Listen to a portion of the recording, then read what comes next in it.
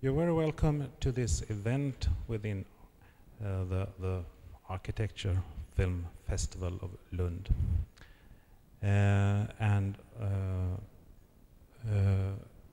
We are to discuss the connection between film and architecture. That connection is, of course, the foundational principle for the festival, and you can find it in several ways. The most obvious way is to look at films about architecture and about houses. But tonight we're going to do something else. We're going to discuss films and cities with some specific films as points of departure. And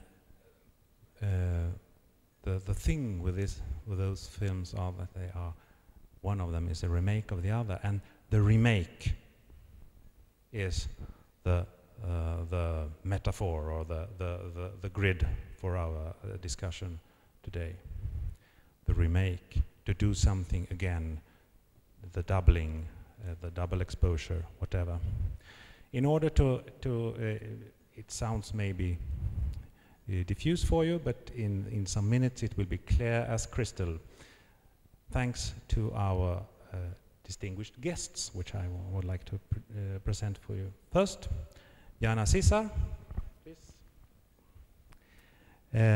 Film producer in Berlin, and her film, responsible for Sehnsucht Berlin, the city named Desire, which was screened yesterday, I think. We also have a real filmmaker, Bartek Konopka, welcome. Well known for his Rabbit à la Berlin from 2009, which in fact was nominated for an Academy Award, an Oscar. And it will be screened tomorrow, I think. Ingrid Stigsdotter is an art and film critic and film scholar at Linnéan University in Växjö. And Theresa, Bnér is a theater critic and connoisseur of everything that is interesting to talk about in a place like this, like art or film, etc. She's also the chairman of a very prestigious jury, the Thalia Award jury. I myself is Lars Gustaf Andersson, and I am a teacher and a researcher in the Department for Film Studies all over the street. And I will try to function as a chairman here now. Now I need my file.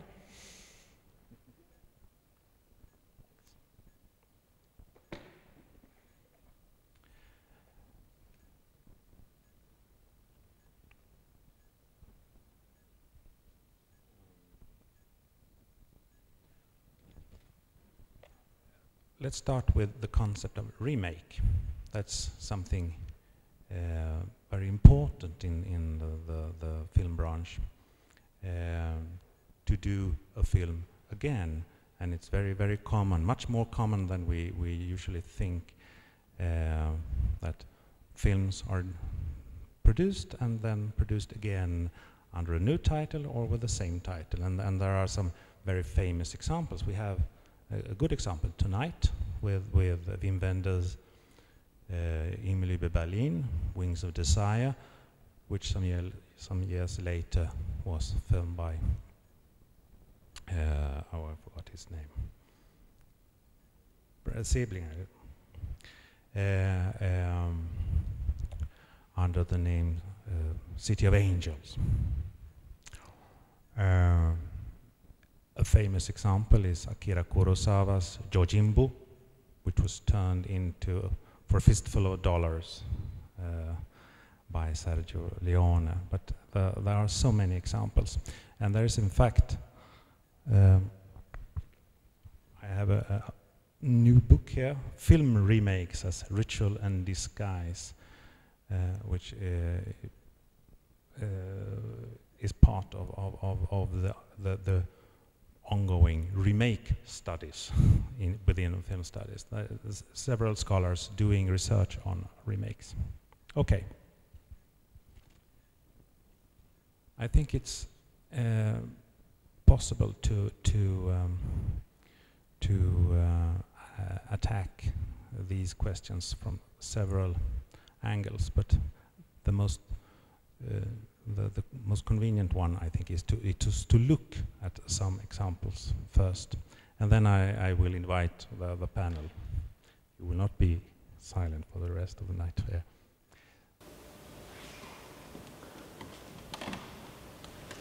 Now I see two versions of the library scene, and Bruno Ganz turned into Nicolas Cage.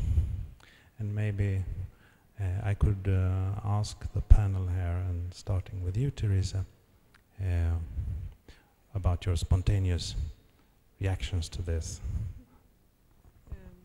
Yes, well, obviously the aesthetics of the two films are very completely opposed, in the sense that we have this rather slow rhythm in the Wim Wenders film and a much quicker way of getting into the action of scenes in Brad Silberling's films. But what strikes me is that the Berlin Library has this, you sense that this is a place of memory, and that I think that reflects Berlin very much.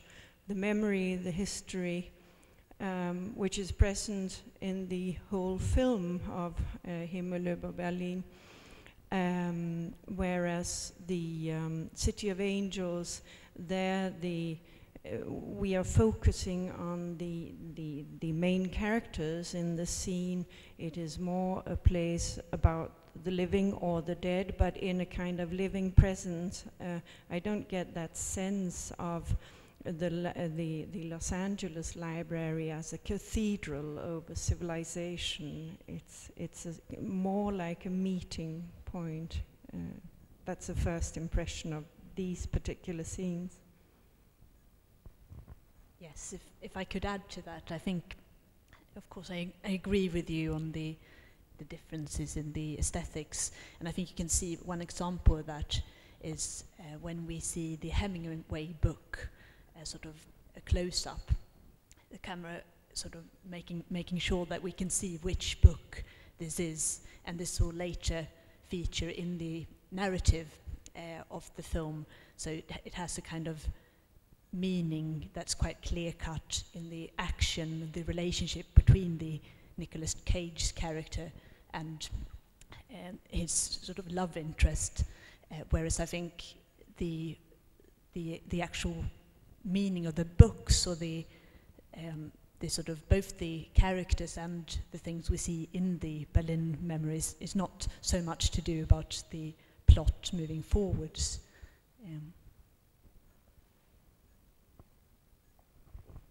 Do you want to comment the scene as well?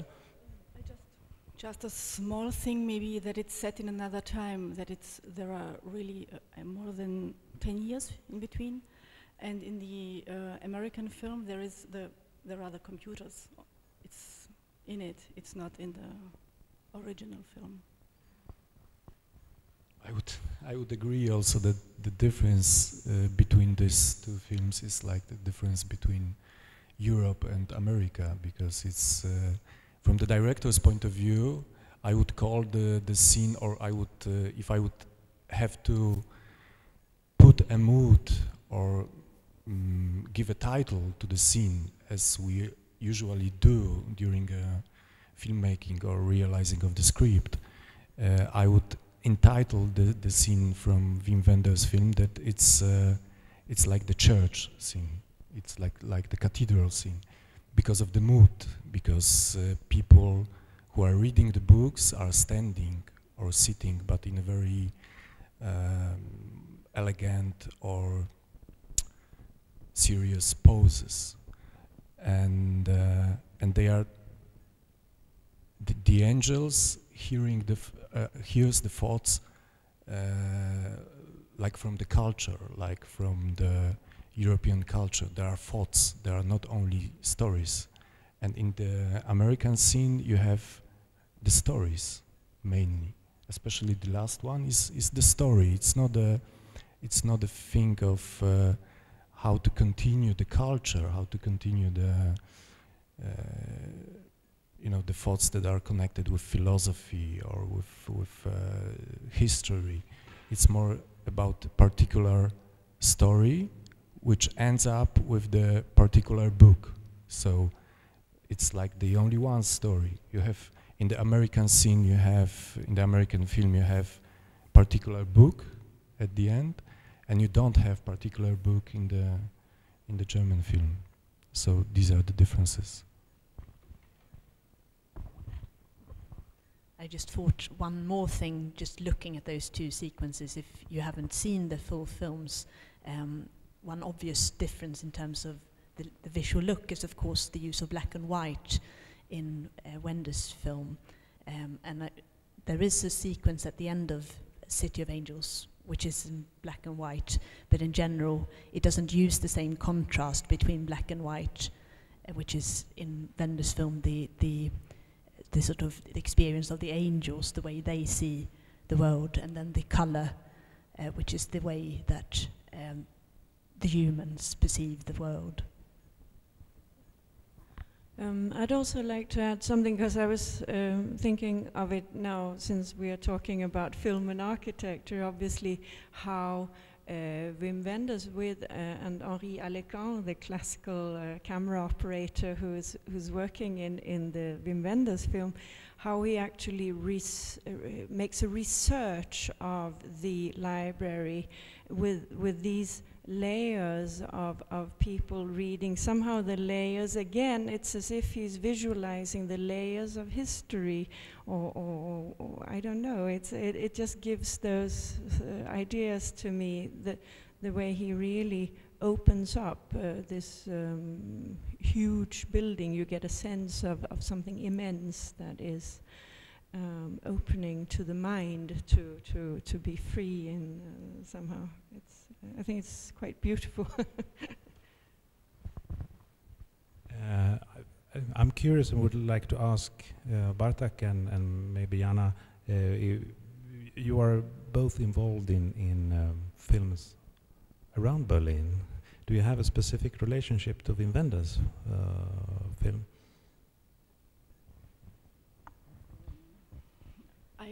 From my side, I must say no. I mean, I don't watch his films so much. I mean, I saw some. I saw the latest one, Pina, which I really liked very much. Yeah, no, not at all. Well, for me, it's it's more the tradition of the old films of Wim Wenders, but I know them from the film school, especially Paris, Texas. Was like, then it was like something fresh and new for us at that time, but it was many years ago. And then when we've been making the film Rabbit à la Berlin in the Berlin, actually we never watched any of Wim Wenders' films because it was not helpful inspiration for us. So, but maybe it's because subconsciously I associate Wim Wenders more maybe with America because of this Paris, Texas film, for instance, and a lot of other films also, like The End of Violence, and, or as a kind of world explorer, yeah? Or a kind of director explorer who is looking for something universal in different cultures, in different countries. So maybe that's why haven't really associated him with Berlin, and I haven't watched his films during that time. You know, there's a saying, I liked the film, but the book was better. And I think I can sense in your way of describing the scenes that you evaluate the German film, the Wenders film, as more authentic and more serious than Silberling's film. Is it as simple as that? That the second one always is less valuable, and is always the European perspective more profound than the American? Maybe a trivial way of. No, this is something I was thinking about before this panel, because I think there is certainly very much a tradition of talking about the European, or maybe in later years the Asian original, and then the bad Hollywood remake, which you see very much in criticism, and which I think in some cases is of course correct, but I think it is also, there is a tendency to do this almost automatically, and I think one of the things I was thinking about preparing to have this talk and watching these two films was it's that as these films fit very well with what we're doing in this festival, and they're very interesting to sort of bring up, but it's a little bit of a pity that it actually turns out to be, for me at least personally, I do find the German original in this case much more rewarding to watch than the American remake, because I think there's lots of interesting things to say about, if we bring out the discussion more sort of on a broader level about remakes. I think there are plenty of examples historically of films that have not really been recognized as remakes, because the sort of intertextual relationships between sometimes unknown originals or sort of sources to films. But there's also plenty of examples of interesting where sort of cases where the remake might actually be more interesting than the original. One such film that I was thinking about was the Jacques Audiard film, the Beat That My Heart Skipped, which came out a few years ago, a French film, which is a remake of an American 1970s film called Fingers. So that also shows the way that you can have a kind of relationship. It's not always only America that remakes originals from Europe. There's also cases where it works the other way around, and of course also examples where America, the American film industry might do something interesting. And as a film scholar, I also think looking at remakes is something very, very interesting to do, regardless if we sort of move away from talking about the aesthetic, the higher, which is the best of the two films. Doing these kind of studies can tell us a lot of things about the culture that we see in the films, and can be really sort of useful for discussions about film culture in many different perspectives. But I'll stop there and let others come into. Yeah, there's of course the aspect of I mean, it's as you said here before, the films couldn't be more different.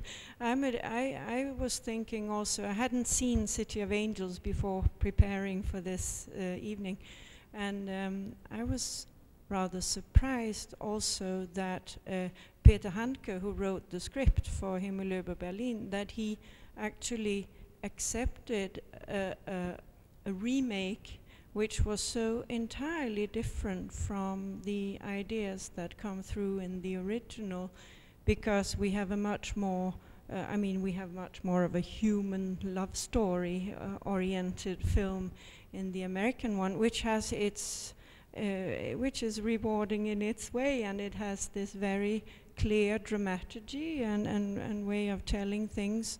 which is most entertaining and charming and everything.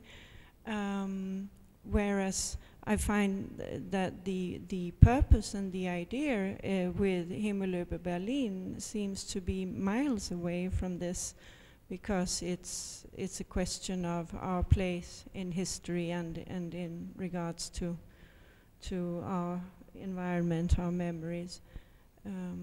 That's what strikes me. Did I get away from your question now? I'm not sure. If we look at the connection between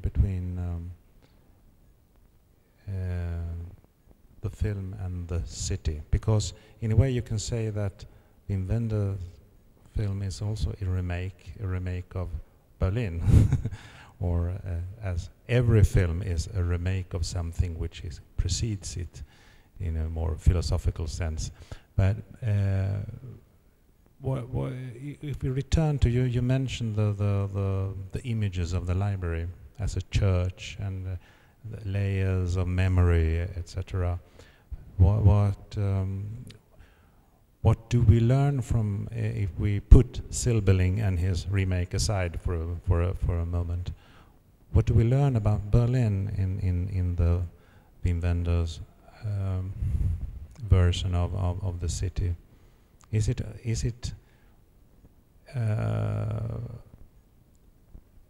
a film about memory, and is it something else? A very open question.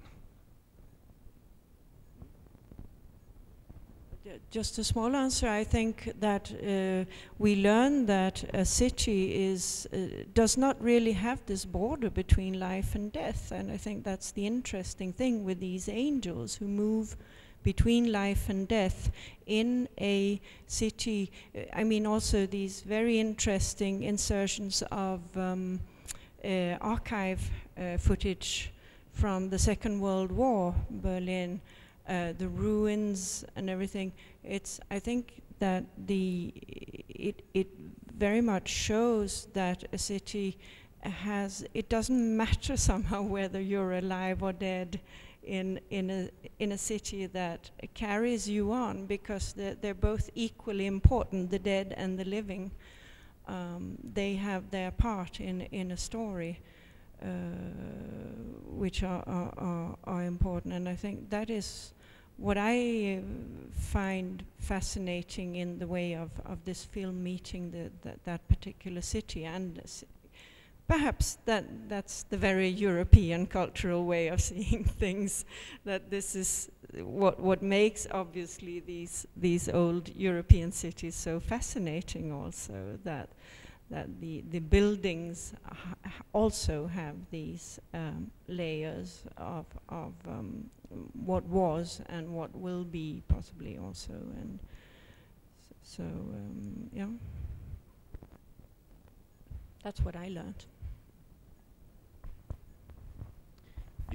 If there is a place in Europe where the angels are very needed, the Berlin is definitely the place, I think, because from one hand there's like the sea of the stories, and there's such a lot of complicated stories and complicated human lives, and everybody knows about it, so I don't have to tell it how the city survived and what is the history of the city. So because what was always interesting for me in Wim Wenders' film is that he put those angels to listen to the stories, listen to people, and trying to understand. So they are,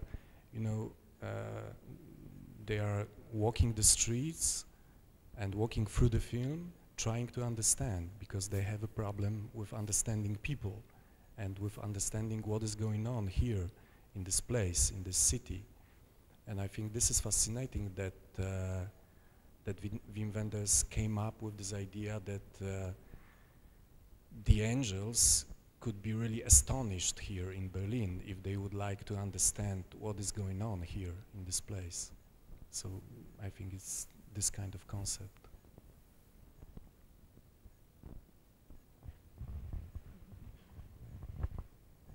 Well, I've sort of forgotten which question we came from now. We're talking about the depiction of Berlin in Wender's film.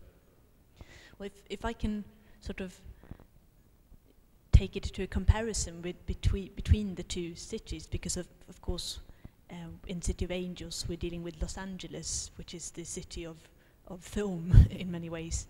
And one of the things that I thought was fascinating when comparing the two films is that even though the American film takes place in Los Angeles, the only trace of Hollywood is the Hollywood sign, the famous sign that we see, but there is no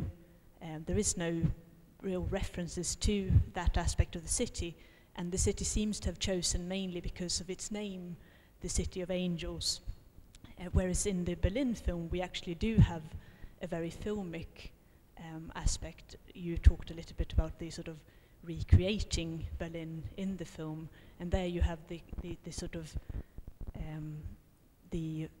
film shooting and the film about historical events taking place being sort of reconstructed in the actual city of the contemporary place, which I find that the kind of comparison, it's rather strange, but it's also a little bit interesting, the absence of filmic Los Angeles in City of Angels.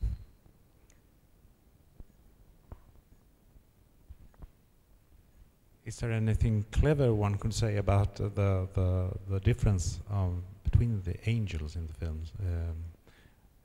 What's the difference between Bruno Ganz and Nicolas Cage as angels?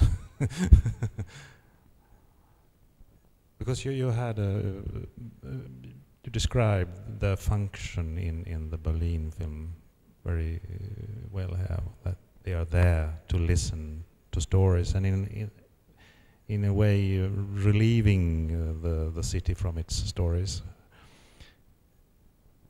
But what about the American angels? Are they just remade, or is it something else which is more connected to an American situation there? I can't help feeling that in the part of Nicolas Cage, it's that he seems to be very excited by what he sees from the living and life somehow. I think there's more of that contrast, that it's a question of jumping into life. It's almost as if he could be a living dead, actually, who is just all of a sudden through love discovering the possibilities of life, and then he goes out and grabs it.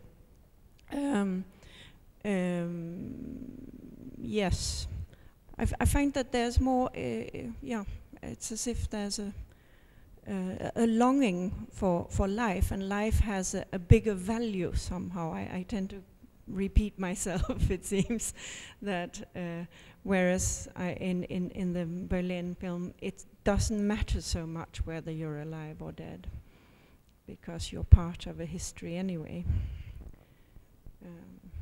and a story that is being told. Then I would say, but that's a very personal view, I find that there's a bit of a sentimental view of the Bruno Ganz angel. I don't terribly like the way Wim Wenders makes him into the good man who understands children and reads that only children can see. There's something in that I dislike, as if he's trying to distinguish something purely innocent, which is lost in older or adults. It's a bit speculative, I think, there with our emotions.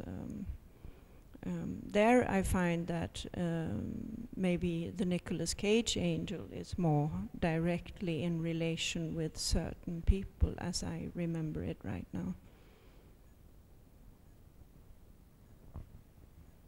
are there any more significant differences? Ingrid, you mentioned how the filmic city per se, Los Angeles, seems to be devoid of film in the, but while Berlin was much more filmic in a sort of paradox.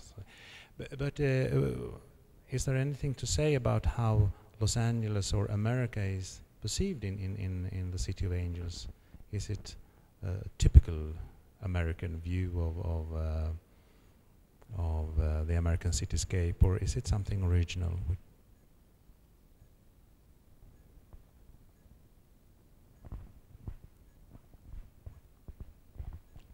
Well, I think that it is pretty anonymous, and that there is a mention, I think, in the very beginning of the film of the Bradbury Building, which is obviously an iconic piece of architecture in Los Angeles, but in general, it's not a very specific depiction, and I think more, even though there's actually a lot of fewer scenes taking place outside in the city.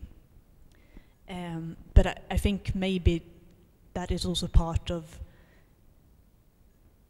what the film tries to. It's not so much concerned with place and specific place. It is more a depiction of a kind of contemporary big city existence.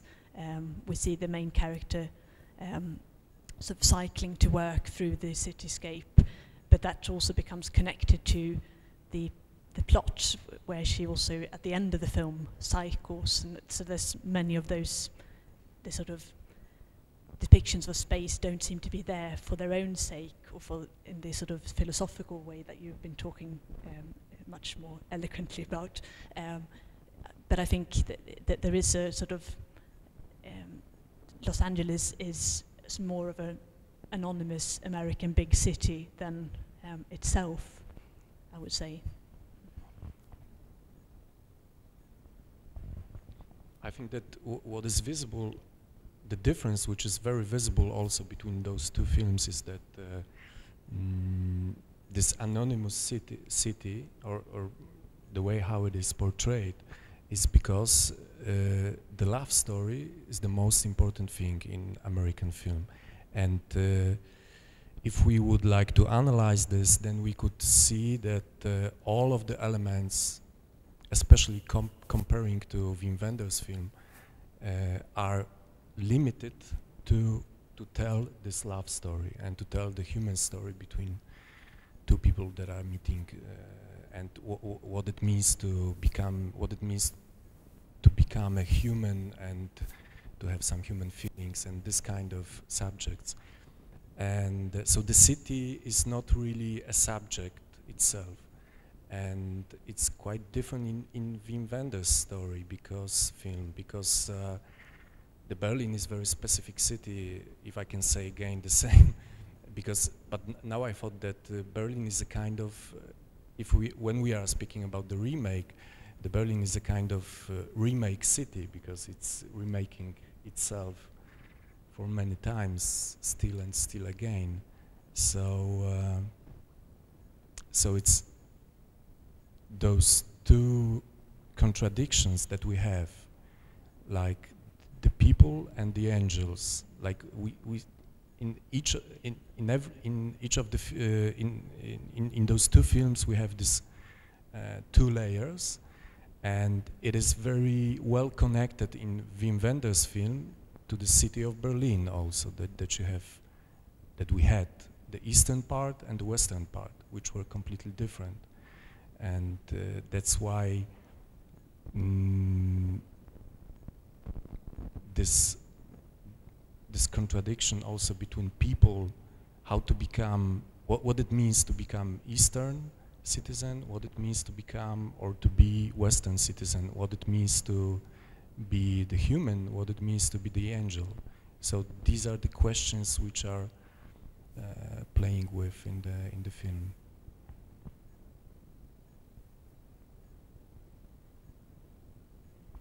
just from what you said there, I think that it's really true that you have this sort of sense of borders and borderlands in Wender's film that sort of both on a metaphoric and a sort of geographical level that makes it very memorable in its depiction of, or sort of its grounding in this specific place.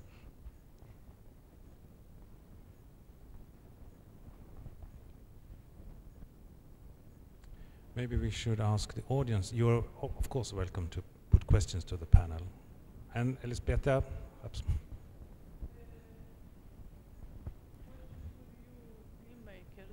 why filmmakers choose to make remakes?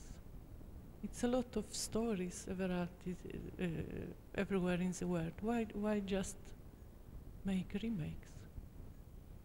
And always they are not as good as the real film. that's a matter of dispute, but I think it's very, very simple. And the main thing is that mainly it doesn't choose the filmmaker as a director to make a remake. He maybe make a citat, I don't know the English quotation to a film or the film part, but it's mainly an economic reason. If a film is successful maybe in Europe, so they might come the studios, the Hollywood studios, and choose and say and think, let's do a remake of it. So mainly it's the economic reason. There might be also inspirational reason, like I know the cases where the filmmaker, the director, let's say, or sometimes the producer is so fascinated with the story, with the film, that he wants to do something about it, like he wants to do something around how to play with this subject or with this kind of story. And sometimes the easiest way is to make the remake. But as far as I know from talking with other directors and producers, it's well, it's not. This is not very popular genre in Poland or in Eastern Europe, I think, because I don't know the cases of some remakes of not the American or French films or German films, but even the Polish films or the Czech films. I don't remember any of the cases. But maybe it's a question of originality. Okay, if you when you're trying to do something on your own, then you should be original. This is something very important also in my country or the other Eastern European countries, I think, in filmmaking.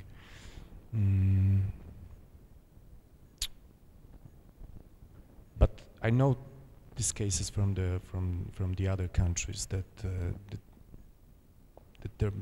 the inspiration is so strong that somebody want to challenge himself or herself with the same film, how to make it better. But it's not really possible, I think.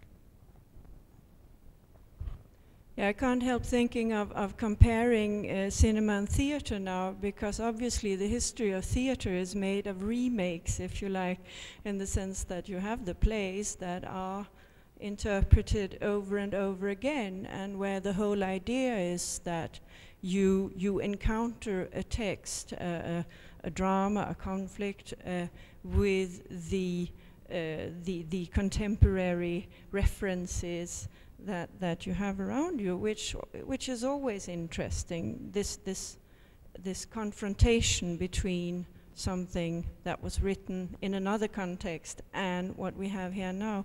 And I wonder if, because there's an interesting development within the stage arts now, the theater, where you have more and more directors who act more like the cinema auteur, so that they actually create a whole concept which is not, and where the text goes in and the whole setup, which are not really meant to be reproduced or remade by others, but precisely are original artworks for the stage.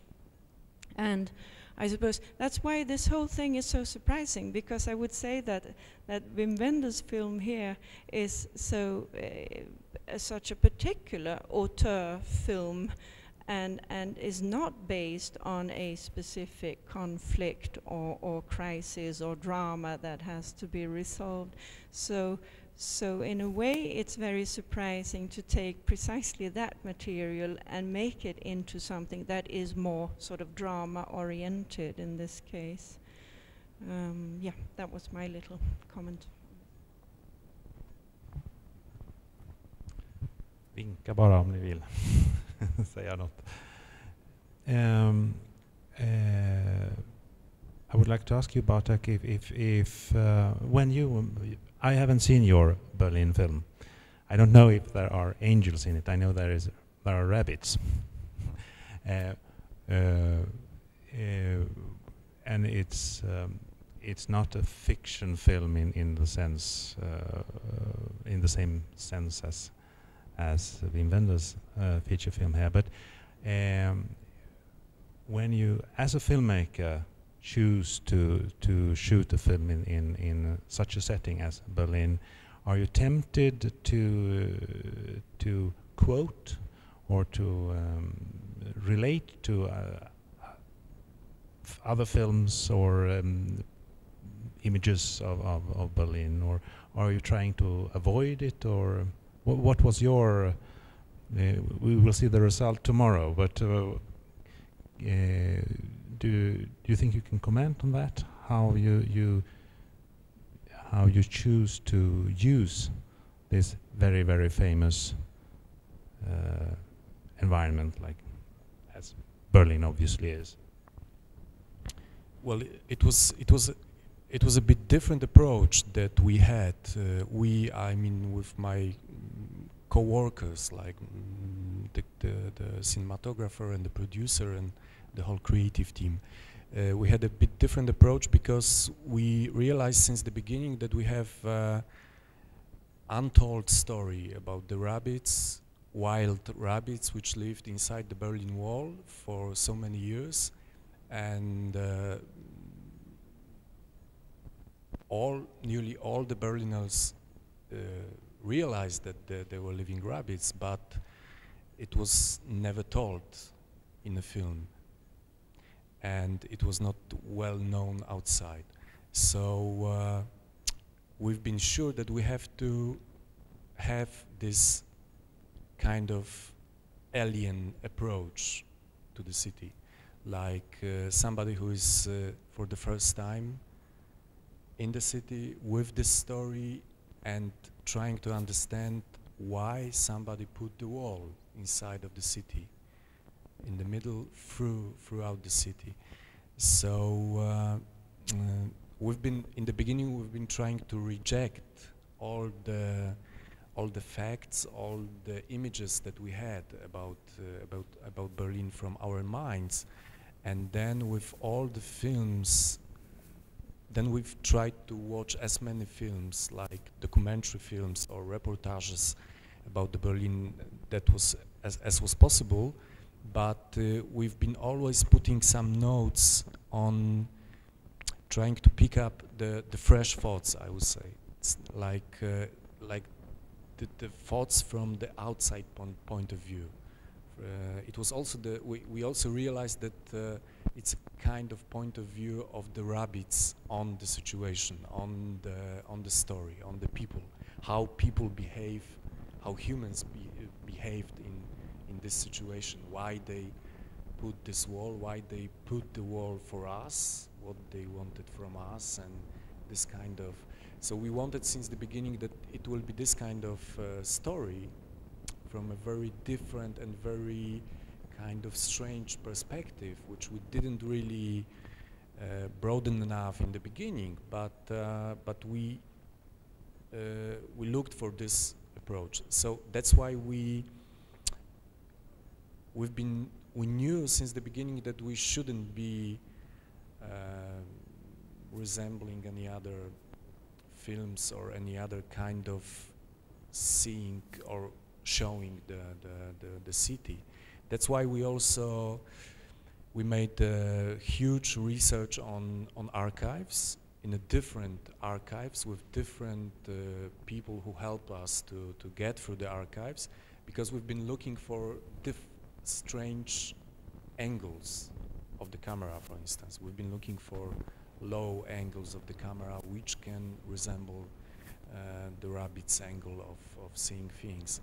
So it was, anyway, it was easier for us because we never lived before in Berlin, and we've been in the beginning, we've been two Polish filmmakers who came to Berlin to tell some new story, new legend of the city, which was funny for everybody in the beginning.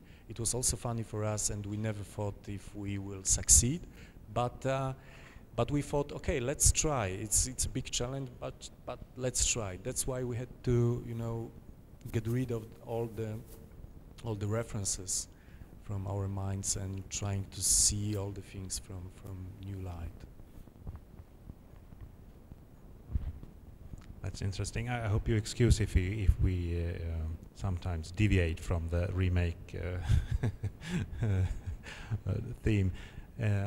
I would like to ask you, Jana, a thing which has nothing to do with remakes. In fact, your production company is based in Berlin. Yes, there are many among Scandinavian young artists, painters, and sculptors. Berlin is very popular right now, and it's described as a very creative environment. Is it for creative reasons you have your film production based there, or are there economic reasons? What a question. Actually, more going to Berlin for economic reason is not a very good idea, I have to say. Choose other cities, especially for film people, I would say. I mean, there are a lot of films shot now. I read that there will be, till the end of the year, 200 projects, which is quite a lot. It's like TV films and shows and feature films. It's a lot, but it's mainly financed from other funds than the Berlin funds. But this is a very special, complicated film financing topic. Actually, I came to Berlin because I used to live in southern Germany, and after the fall of the wall, I got the chance to go back to my roots, to Prague, and work there for the festival, for the Karlovy Vary festival. So I went back to the east, and for me starts a completely new life. And I suddenly recognized what is a part of me, that I was completely Western European socialized. And I figured out all the East, but Prague is a very small city. And I had also before experience in New York, and so it was more the sense or I would like to live.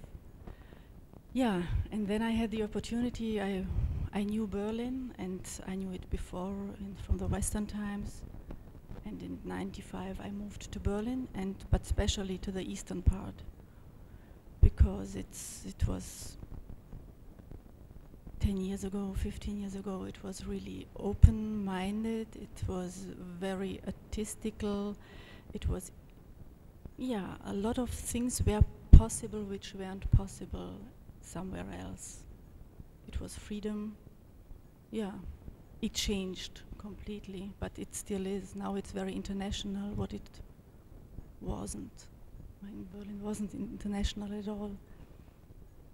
Yeah, and my production company is based in the eastern part. And I looking to a monument which was opened on August 13th. It's a monument, it's built the new wall, which is quite strange. I'm looking how they build up the wall as a monument, and tourists are walking by.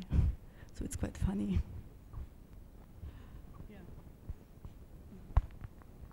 I'd like to ask you, you said that only this year there will be 200 films or perhaps TV productions also made in Berlin. Do you find that there are new, in what comes out of new cinematographic and audiovisual productions, do you find that you get reflected in a new way in Berlin? Is the new situation, the new realities well reflected in what you can see? I don't, maybe, I mean Berlin used also before be a very creative city in Germany. It was when you compared the works from the film school, from the Berlin Film School and from the Munich Film School, it was really very different. The Berlin film students were more artistically interesting and experimental than the Munich ones. The Munich were more commercial. Yeah, but nowadays the most of the film people and directors anyway live in Berlin. They maybe study in Munich, but they live in Berlin. So I don't know if there are some, yeah, maybe some new things, ideas developed. But definitely the life is more complex and more like for Germany quite new, that it changes with all the migrants society. So these topics are coming more from the political and social topics comes more from Berlin, I would say.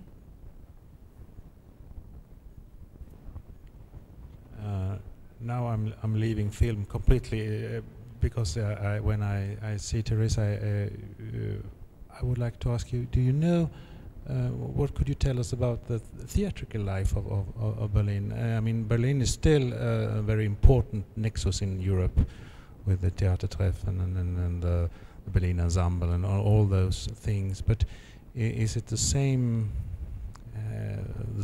dynamics as it seemed to be in the film production?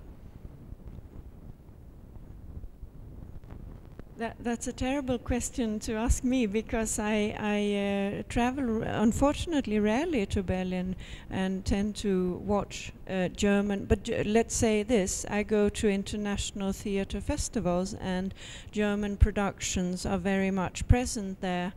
But there again, I would say that what you get to see there are often precisely the most dynamic things. But certainly very interesting, and Germany is, I think, a very interesting reference for many working within European theatre today. And in particular, and perhaps not only the Berlin productions, because we mustn't forget that Germany has so interesting centers around. I mean, there's actually also Hamburg, there's München, there's Düsseldorf. I mean, so it's difficult to say that. Obviously, Berlin stands out in a certain sense because some of the most well-known directors are working there. But I really am not enough familiar with what's going on under this very sort of powerful and important surface of things. I will put another question which you haven't been able to prepare for, but I haven't prepared it either. So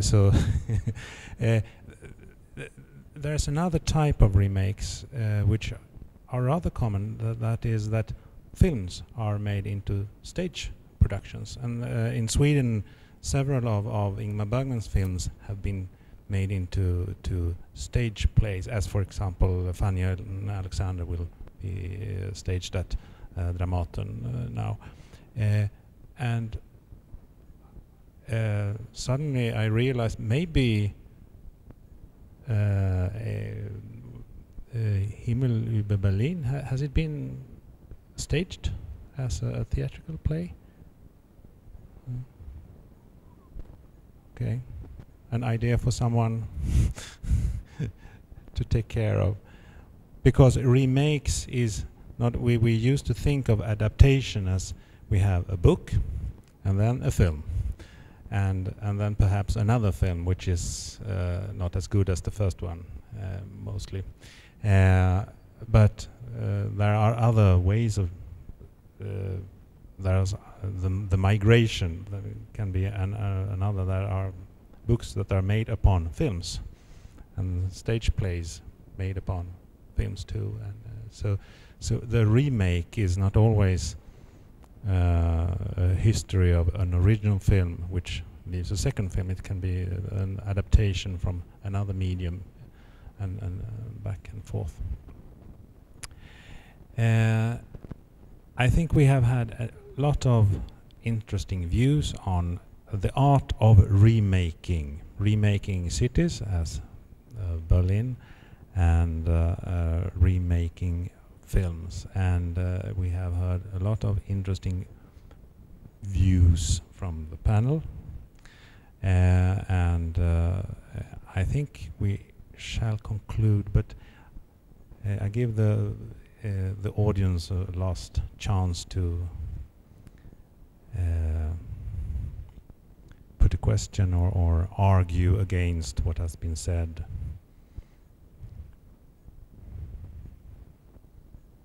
All right. I conclude that we are satisfied with this. What we have shown, I hope, is that there is much more to say about how films work, and that they always work in a context and in relation to something. And the theme of this festival is that films work in relation to architecture and houses and cities and urban landscapes. But as we have learnt tonight, the cities also deal with rabbits as well as angels.